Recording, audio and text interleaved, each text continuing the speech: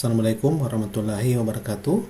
Kembali pada kesempatan hari ini, kita akan mempelajari regresi linier berganda, di mana pada konten sebelumnya telah dibahas tentang regresi linier sederhana. Di mana perbedaan antara regresi linier sederhana dan berganda terletak pada jumlah variabel bebasnya. Pada regresi linier sederhana, jumlah variabel bebasnya hanya satu. Pada regresi linear berganda, jumlah variabel bebasnya itu bisa lebih dari satu, bisa dua, bisa tiga, dan seterusnya. Dikatakan di sini bahwa model regresi linear berganda merupakan model probabilistik yang menyatakan hubungan linear antara variabel dependen dan variabel independen, yang melibatkan dua variabel independen atau dua variabel bebas. Secara umum, bentuk daripada model regresi linear berganda dapat dituliskan dalam bentuk seperti ini. Y sama dengan beta 0 tambah beta 1 X1 tambah beta 2 X2 sampai dengan tambah beta K XK ditambah dengan epsilon. Di mana B0, B1, B2 sampai BK merupakan parameter, sedangkan X1, X2 sampai XK merupakan variabel independen atau variabel bebas, sedangkan Y adalah variabel dependen atau variabel terikat, dan epsilon di sini adalah nilai error ya. Sebagai contoh di sini kita mengambil suatu penelitian tentang pengaruh daripada tingkat EQ dan motivasi terhadap hasil belajar statistika mahasiswa. Di sini kita akan mengetahui sejauh mana pengaruh di antara dua variabel bebas, yaitu IQ dan motivasi terhadap variabel dependen. Dalam hal ini adalah hasil belajar. Regresi linear berganda yang kita ambil contoh di sini menggunakan dua variabel independen ya. Dan dengan demikian bentuk daripada regresi linear berganda dengan dua variabel independen adalah seperti ini. Y sama dengan beta 0 tambah B1 X1 tambah B2 X2 tambah epsilon. Di mana Y adalah variabel dependen, sedangkan X1 dan X2 merupakan variabel independen atau variabel bebas. Sedangkan ini epsilon adalah error ya. Lalu B0, B1 dan B2 adalah parameter. Kemudian akan dilakukan estimasi terhadap parameter B0, B1, dan B2 dengan menggunakan nilai variabel B0, B1, dan B2 ya. Nah, cara menentukan nilai B1, B0, B1, dan B2 itu menggunakan rumus yang ada di sini. Ya, nanti akan kita coba bahas ya dengan menggunakan aplikasi, yaitu menggunakan Excel, menggunakan SPSS, dan Evius. Dan juga akan kita coba dengan cara manual ya. Akan kita buktikan apakah hasilnya sama ya di antara ketiga aplikasi tersebut. Nah, berikut contohnya ya. Jadi ini adalah contoh. Kita ambil 10 responden, kemudian di sini ada variabel independennya ada dua, EQ dan motivasi. Kita katakanlah X1 dan X2. Kemudian hasil belajar merupakan variabel independen atau variabel Y-nya. Kita akan coba analisis contoh kasus ini dengan menggunakan aplikasi SPSS, Evius, dan Excel ya. Baik, kita mulai yang pertama dulu. Kita kerjakan dulu dengan cara manual ya. Manual. Di sini kita sudah punya datanya ya. Ini X1, X2, dan Y. Jadi dua variabel bebas dan satu variabel terikat ya. Pertama kita cari jumlahnya dulu ya. Kita gunakan fungsi sum. Kita blok datanya, enter, kita tarik ke kanan. Oke. Lalu kita cari nilai rata-rata ya. Kita gunakan fungsi average. Kita blok datanya, tarik ke kanan. Oke. Sekarang kita sudah punya nilai jumlah data untuk tiap variabel dan nilai rata-ratanya. Nah, sekarang kita cari nilai untuk variabel-variabel bantuan di sini. X1 kecil, X2 kecil sampai dengan X1 kali X2. Nah, bagaimana cara mencari X1? Nah, ini ya, mencari X1 kecil adalah nilai X1 besar dikurang dengan rata-rata X1 besar. Caranya ya sama dengan X1 besar ini. Nah, ini dikurangi dengan rata-ratanya. Nah, rata-ratanya kan yang ini ya. Nah, agar nilainya ini, selnya ini terkunci, ketika kita tarik fungsinya, kita gunakan tanda dolar ya. Jadi kita berikan tanda dolar pada selnya. Jadi di sini D-nya kita kasih tanda dolar. Begitu pula di kolomnya. Nah ini, oke, enter. Atau bisa juga cara cepatnya begini. Jadi dikurangi dengan Anda klik selnya dulu. Nah ini kan rata-rata. Tekan F4 ya, F4 di keyboard Anda satu kali. Nah, otomatis dia akan memberikan tanda dolar ya secara bersamaan untuk baris dan kolomnya. Kalau sudah enter. Begitu pula untuk X2 sama caranya ya, sama dengan nilai X2 dikurangi dengan rata-ratanya. Nah ini ya, tekan F4 juga satu kali. Begitu pula untuk mencari Y, sama dengan Y nya ini dikurangi dengan rata-ratanya. Nah ini, nah, jangan lupa ya kunci selnya. Kalau sudah, kita tarik ke bawah dulu sampai di sini.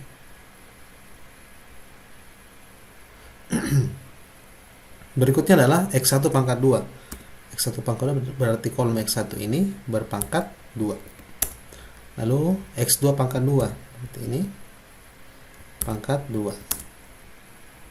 Ini X1 kali Y berarti X1 ini dikali dengan bintang ya, Y. Lalu X2 kali Y, X2 nya adalah ini dikali dengan Y. Nah ini. Lalu X1 kali X2, X1 kali X2 itu ya. Nah kalau sudah, kita blok ke kanan dulu, lalu kita tarik ke bawah sampai sini. Oke, untuk jumlahnya kita tarik saja dari sini fungsinya. Oke, nah sekarang kita sudah punya semua data di sini. X barnya, X1 bar, X2 bar, Y bar, sigma X1 X2, sigma X1 X2 pangkat 1 pangkat 2, X2 pangkat 2, X1 kali Y, X2 kali Y, X1 kali X2. Nilai semua data ini kita ambil dari sini ya. Jadi ini adalah jumlah atau sigmanya. Yang ini ya, yang baris ini. Semuanya saya pindahkan ke sini supaya lebih mudah untuk digunakan dalam perhitungan nilai parameter B1, B0 dan B2. Nah sekarang kita cari nilai dari tiap parameter B1, B0, B1 dan B2. Kita mulai terlebih dahulu dari B1 ya. B1. Jadi di sini sama dengan, kita lihat fungsinya apa. Nah, B1 sama dengan sigma X2 pangkat 2 dikali ini ya, sigma X1Y dikurang sigma X1 X2 dikali dengan sigma X2Y. Karena di sini ada operasi pengurangan, berarti kita kasih tanda kurung dulu ya untuk pembilangnya. Yang di atas ini pembilang, kita gunakan dulu tanda kurung. Sigma X2 pangkat 2 berarti yang ini ya. Nah, ini dikali dengan sigma X1Y, yang ini dikurangi dengan sigma X1 X2 berarti yang ini dikali sigma X2Y berarti yang ini. Oke. Nah, balas kurung bagi ya, dibagi ini dengan penjemputnya. Nah, penjemputnya juga di sini ada operasi pengurangan. Berarti kita buka kurung lagi. Sigma X1 pangkat 2 berarti yang ini sigma X1 pangkat 2 dikali sigma X2 pangkat 2 berarti yang ini dikurangi dengan sigma X1 kali X2 pangkat 2. Sigma X1 X2 adalah yang ini, baru berpangkat 2. Oke, baru balas kurung. Ya. Kenapa kita kasih tanda kurung? Agar fungsinya Excel ini itu mengerjakan terlebih dahulu yang di dalam kurung tersebut ya, sebagai satu kesatuan. Karena kalau tidak kita kasih kurung, dia akan kerjakan secara berurutan tanpa memperhatikan kesatuan daripada persamaannya ya. Jadi usahakan setiap kita menuliskan fungsi di Excel, apabila dia merupakan satu kesatuan, kita kasih tanda kurung ya. Nah, agar dikerjakan terlebih dahulu, baru dikerjakan operasi selanjutnya. Kalau sudah enter. Nah, kita dapat nilai B1 0,3852. Selanjutnya kita pindah ke B2. B2 sama dengan, buka kurung ya, karena ini ada operasi pengurangan lagi. Sigma X1 pangkat 2 berarti yang ini dikali sigma X2Y, X2Y ini ya. Nah, dikurangi dengan sigma X1 X2 ini dikali dengan sigma X1Y, sigma X1Y ini. Oke, balas kurung, dibagi. Nah, dibagi ini, dibagi ya per, buka kurung lagi, sigma X1 pangkat 2 ini dikali sigma X2 pangkat 2 berarti yang ini dikurangi dengan sigma X1 X2 berpangkat 2. Sigma X1 X2 yang ini berpangkat 2. Nah, kalau sudah balas kurung, enter. Kita sudah punya sekarang nilai B2. Terakhir kita cari B0. B0 sama dengan, nah ini persamaannya, Y bar adalah yang ini, dikurangi dengan B1.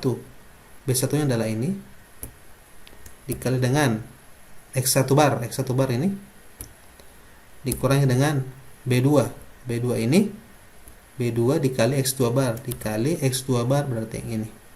Kalau sudah, enter. Nah, kita sudah dapat nilai parameter B0, B1, dan B2. Berarti bentuk persamaan regresinya adalah, bentuk persamaan regresi kan Y sama dengan B0 tambah B1X1 tambah B2X2. Jadi kita tuliskan B0 nya berapa?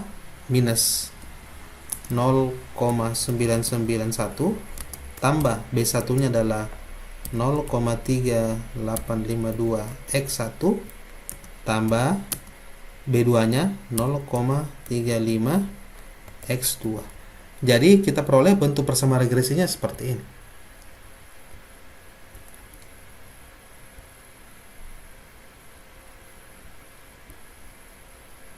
Kita perbesar ya. Jadi ini adalah bentuk persamaan regresinya ya. Nah, ini nanti kita akan coba interpretasikan ya. Namun sebelum itu kita lihat dulu bagaimana penyelesaiannya dengan menggunakan aplikasi Excel ya, menggunakan data analisis, kemudian SPSS dan EViews. Kita coba dulu untuk Excel ya. Excel dulu dengan menggunakan data analisis. Pertama kita tampilkan dulu data analisis ya. Jadi di sini data kan data analisis belum ada. Kita tampilkan dulu caranya. Kita klik file, kemudian options. Lalu setelah itu Anda pilih add-ins.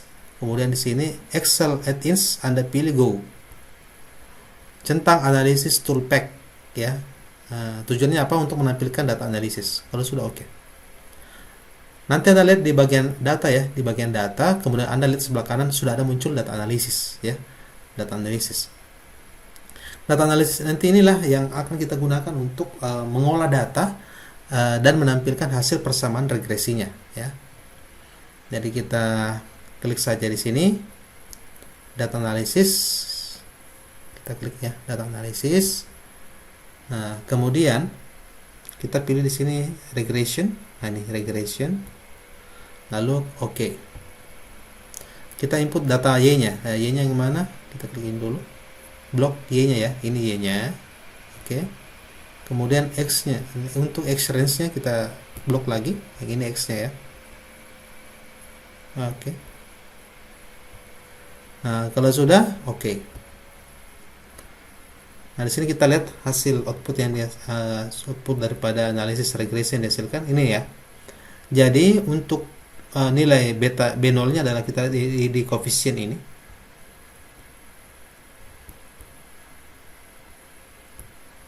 Ini ya. Nah, kita lihat di sini, ini adalah yang di atas intercept kita adalah untuk B0 0,991. Kemudian untuk B1 nya 0,385 dan untuk B2 nya adalah 0,35. Nah, hasilnya di sini kita bandingkan. Hasilnya sama dengan ini ya. Jadi hasilnya sama dengan menggunakan data analisis pada Excel. Nah, selanjutnya kita akan coba dengan menggunakan aplikasi SPSS ya. Nah, di sini kita lihat ya, ini aplikasi SPSS-nya. Ini data sudah saya copy ke sini. Jadi X1 tadi adalah key, kemudian X2 adalah motivasi, Y adalah hasil belajar. Nah, selanjutnya tinggal kita olah datanya. Tinggal kita olah, kita pilih analyze, kemudian regression, lalu linear. Nah, di sini Y-nya pindahkan ke variable dependent, X1 dan X2 pindahkan ke variable independent. Kalau sudah, oke. Kita perhatikan tabel koefisien ini. Nah, ini. Ya, coba kita salin ke Excel tadi. Ini.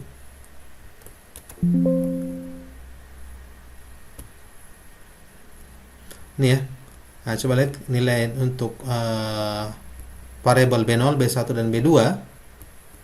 Di sini kita lihat untuk B0-nya adalah minus 0,991, B1-nya 0,385 dan B2-nya 0,35. Hasilnya sama dengan yang ini ya. Sama hasilnya untuk nilai yang kita peroleh tadi dengan cara manual maupun dengan menggunakan Excel. Hasilnya sama. Nah, berikutnya kita coba dengan aplikasi Fuse. Di sini saya menggunakan aplikasi Fuse 13 ya. Nah, coba kita kerjakan. Pertama kita pilih dulu file, kemudian new Word file, file, kemudian new ya, baru pilih Word file.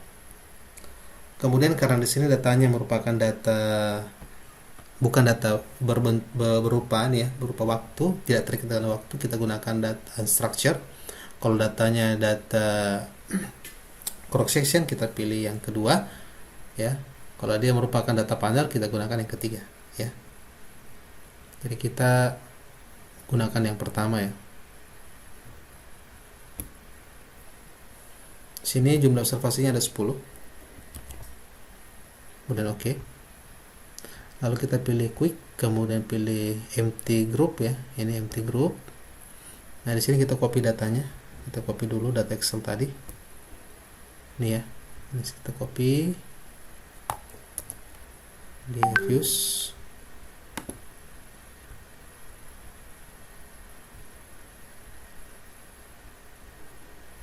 Kita paste di sini. Nah, itu ya, ini datanya sudah kita paste. Berikutnya adalah melakukan analisis regresi. Caranya, pertama kita klik dulu variabel dependennya, kemudian tekan Ctrl di keyboard, lalu tekan X1 dan X2. Klik kanan, open as equation ya, as equations. Di sini pindahkan, ini ada C ya, C itu konstan. Kita hapus, pindahkan di antara variabel dependent dan independent. Jadi Y variable dependent, sedangkan X1 itu adalah independent. Kalau sudah, oke. Nah, di sini kita coba salin ya datanya.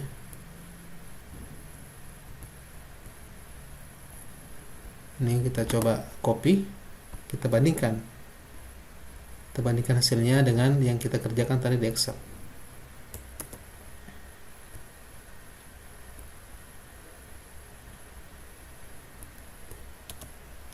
Nah, perhatikan yang koefisien ya, yang ini. Ini adalah output daripada aplikasi Fuse. Di sini kita lihat nilai untuk variabel B0 adalah minus 0,991, B1-nya adalah 0,385 dan B2-nya adalah 0,35. Hasilnya sama dengan yang kita peroleh tadi ya di sini. Oke. Nah, selanjutnya adalah melakukan interpretasi terhadap output yang kita peroleh tadi dengan menggunakan 3 aplikasi ya. Baik secara manual, Excel, SPSS maupun Fuse. Apa maksud daripada output tadi? Jadi ini yang kita kerja secara manual tadi menggunakan Excel. Ini juga kalau kita kerjakan dengan tabel ya, sama dengan yang kita kerjakan tadi di Excel yang ini. Oke, jadi hasilnya sama. Berikutnya kita interpretasikan ya, jadi bagaimana maksud daripada persamaan regresi yang kita peroleh tadi. Jadi bentuk persamaan regresinya kan Y sama dengan minus 0,991 tambah 0,385 X1 tambah 0,35 X2, dimana B0 nya adalah yang ini minus 0,991, B1 nya 0,385 dan B2 nya adalah 0,35. Parameter B0 merupakan kontribusi yang diberikan oleh faktor di luar X terhadap ekspektasi Y. Kemudian parameter B1 dan B2 menyatakan perubahan daripada mean ekspektasi Y untuk setiap kenaikan satu satuan dalam X1 dan X2. Jika nilai B1 dan B2 nya positif, ya, jika B1 nya ini dan B2 nya positif, maka setiap kenaikan dalam variabel X1 dan X2 secara rata-rata akan menambah nilai Y-nya, ya. Jika nilainya di sini positif dan di sini positif, maka pasti dia akan merubah atau menambah nilai daripada Y. Sedangkan apabila nilai B1 dan B2 nya negatif, maka setiap kenaikan dalam variabel X justru secara rata-rata akan mengurangi nilai Y, ya. Jadi kalau misalnya di sini negatif dan di sini negatif, pasti dia akan menurunkan nilai Y-nya. Namun apabila nilai B1 dan B2 nya 0, maka tidak ada pengaruhnya, ya. Tidak ada pengaruh daripada variabel X dan Y-nya. Kenapa? Karena ketika parameter B1 dan B2-nya 0, berarti berapapun nilai yang kita input ke dalam X1 dan X2, itu hasilnya akan 0 dan tidak akan berpengaruh terhadap variabel Y-nya. Berdasarkan model yang ada di atas, dapat diinterpretasikan bahwa terdapat pengaruh positif X1 dan X2 terhadap Y. Kenapa terdapat pengaruh positif? Karena nilai B1-nya di sini positif dan B2-nya nilainya juga positif. Ya, sehingga dia akan berpengaruh positif terhadap nilai Y-nya. Makin besar nilai X1 dan X2, maka akan menambah nilai variabel Y-nya juga secara bersama-sama.